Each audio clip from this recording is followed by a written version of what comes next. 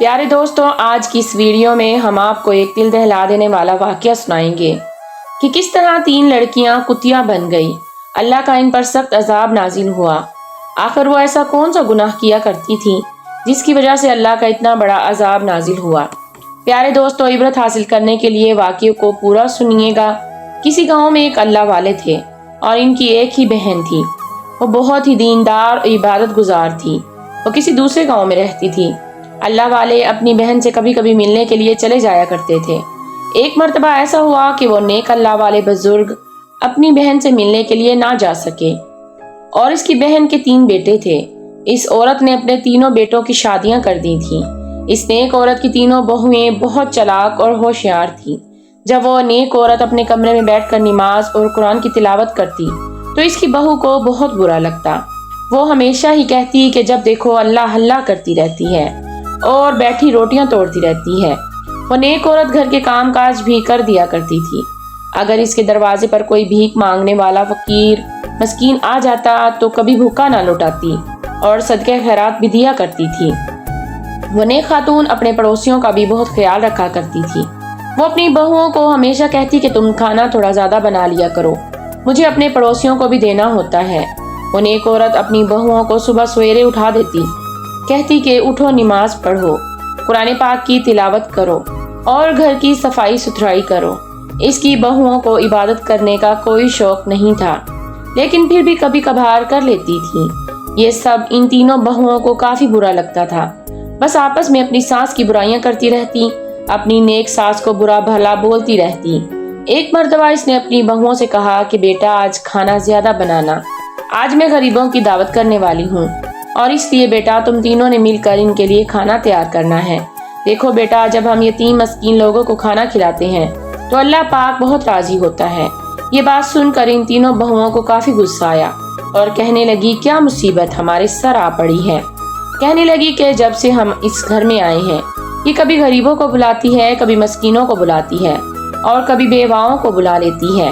اس نیک عورت کی تینوں بہویں اس کے بیٹوں کے کان بھرنا شروع کر دیتی ہیں۔ ایک دن وہ نیک عورت اپنے کمرے میں عبادت کرنے کے لیے چلی گئی اور وہاں تینوں بہویں اکٹھی بیٹھ گئیں۔ ایک بولی کہ میں تو اس سے کافی تنگ آ گئی ہوں، پتہ نہیں یہ کب مرے گی۔ دوسری بولی کہ یہ روز روز ہم سے کھانے بنواتی ہے، میری تو ناک میں دم کر دیا ہے اس نے۔ اور تیسرے نمبر والی بہو چھوٹی کہنے لگ جاتی ہے یہ چلی ہی جائے یہاں سے تو بہت اچھا ہو جائے۔ ایک دن چھوٹی بہو نے جھوٹ موٹ کے اپنے ہاتھ پر پٹی باندھ لی اور جب شام کو شوہر گھر آیا تو اس کے سامنے رونے لگ گئی۔ شوہر نے بیوی کے ہاتھ کے اوپر پٹی دیکھی تو وہ پریشان ہو گیا۔ عورت رو کر کہنے لگی کہ آج ماں جی نے 50 لوگوں کا کھانا مجھ سے بنوایا اور سارے گھر کا کام بھی مجھ سے کروایا ہے۔ جھوٹ موٹ کی پٹی باندھ کے کہنے لگی کہ کھانا بناتے وقت میرا ہاتھ جل گیا ہے اور کافی درد ہو رہا ہے۔ اب میں نے اس گھر میں نہیں رہنا، یا آپ اپنی ماں کو کہیں بھیج دیں یا مجھے چھوڑ دیں۔ وہ بیٹا ماں کا اتنا فرما بردار نہیں تھا، فوراً ہی ماں کے کمرے میں آیا اور کہنے لگا کہ آپ نے ہم بھائیوں کی بیویوں کو نوکرانیاں سمجھ رکھا ہے۔